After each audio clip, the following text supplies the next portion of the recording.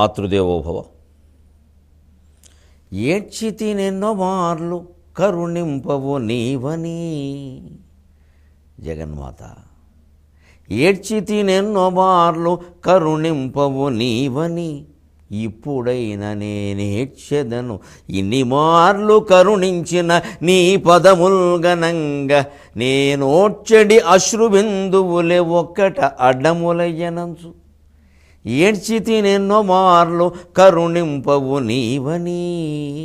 ఇప్పుడైనా నేనేడ్చెదను ఇన్ని మార్లు కరుణించిన నీ పదమున్గనంగా. నేనోడ్చెడి అశ్రుబిందువులే ఒక్కట అడ్డములయ్యనంచు. ఈ నీవూడ్చిన చేను బాగైన ఓగైనన్ గన నీవు లేవుకో. నీవూడ్చిన చేను బాగైన ఓగైనన్ గన నీవు లేవుకో.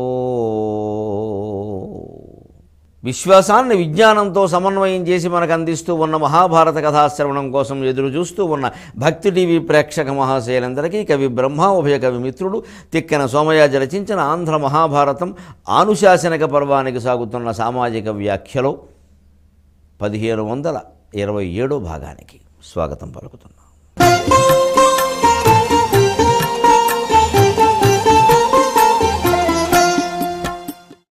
భగవత్ కరుణా విశేషం ఎలా ఉంటుంది అంటే,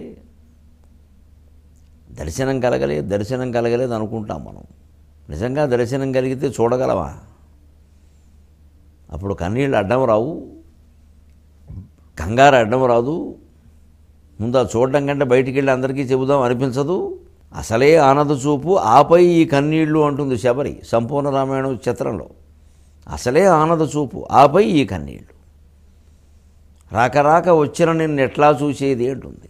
ఏదో అనుకుంటాం కానండి, తీరా ఆ దర్శనం కాదు, దర్శన అనుభూతి లాంటిది కలిగిన ప్రచారానికే ప్రాధాన్యం ఇస్తాం. ప్రవర్తన మార్చుకోవడం ప్రసారము కంటే, అసలు ప్రసారం కంటే ప్రచారానికి ప్రాధాన్యం ఇస్తాం. ఇక అక్కడి నుంచి మళ్ళీ సాంగత్యం పెరిగిపోయింది, ఇంకా రకరకాలుగా మారిపోయింది మనస్సు. ఇదంతా ఏదో లోకాన్ని ఉద్ధరించడం ఉంటాం. లోకం మాట ఎలా ఉన్నా ముందు వీడు పతనం అయిపోతాడు. అందుకని ఇదొక ప్రార్థన. ఏడ్చితి ఎన్నో మార్లు కరుణింపవు నీవని. ఇప్పుడైనా నేను ఏడ్చదను. ఎందుకంటే ఇప్పుడు కరుణించకపోవడం సమస్య లేదు, కరుణ కనపడుతూనే ఉంది. ఇన్ని మార్లు కరుణించిన నీ పదములు ఘనంగా నేను ఓడ్చెడి అశ్రుబిందువులే ఒక్కట అడ్డములయ్యనచ్చు. ఎందుకంటే ఎప్పుడు భగవంతుడు తలుచుకున్న ఆర్ద్రత కారణంగా కన్నీళ్ళు వస్తూ ఉంటే ఇంకేం చూస్తాం? నిజంగా ఫోటో అయినా కనపడద్దు అని చేతన ఏదో తాపత్రయం పడతాం. అమ్మ కనపడ్డామని, కనపడలేదని, కరుణించలేదని బతుకున్నంత కాలం ఇలా ఏదో ఏడుస్తూనే ఉంటాం. అయినా మా చేదస్తం కానీ నీ ఊడ్చిన చేను బాగైన ఓగైనన్ కన నీవు లేవుకు. ఈ సృష్టి అంతా నువ్వు ఊడ్చిన చేను. రైతు చేను ఊడ్చాడు అంటే ఇక ఆ పైన ఏదో కలుపు తీయాలో, ఆ గట్లెంకలా వేసి ఏదో కోతలు కోయాలో, నూర్పుళ్ళు చేయాలి, ఆయన చూసుకోవడం, మందు జల్లాలా, మధ్యలో కలుపు తీయాలా, మందు జల్లాలా, ఏమైనా పురుగు పట్టిందా, తర్వాత కాస్తేమో పంట వచ్చేసరికి ఎలకలు తినేస్తున్నాయా చూసుకోడు.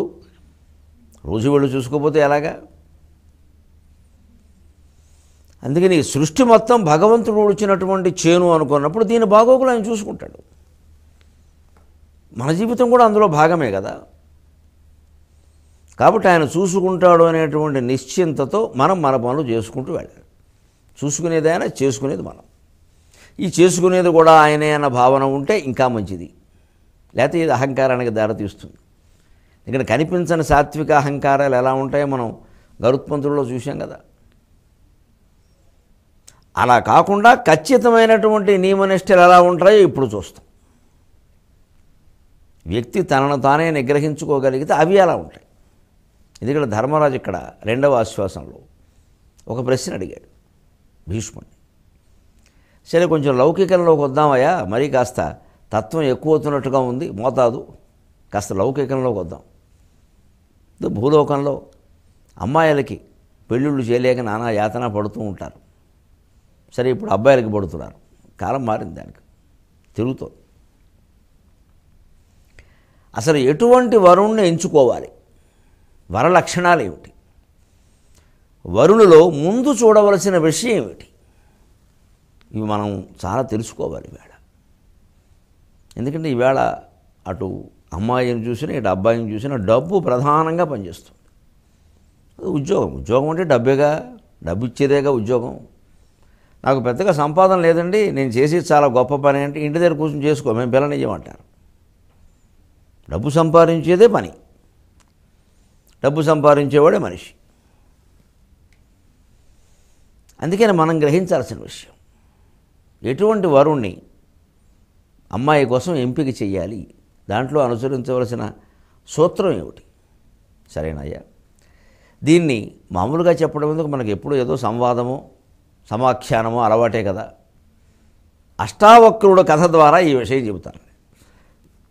ఈ కథ నడిచిన విధానాన్ని బట్టి నేను అనుకోవడం, ఈ అష్టావక్రుడు జనక మహారాజుతో వేదాంత చర్చలు చేసిన అష్టావక్రుడు కాదు, మరొకరు అనిపిస్తుంది. ఒకవేళ సరే అయినా పర్వాలేదు, అంతకంటే ముందు ఇది జరిగింది అనుకుందాం.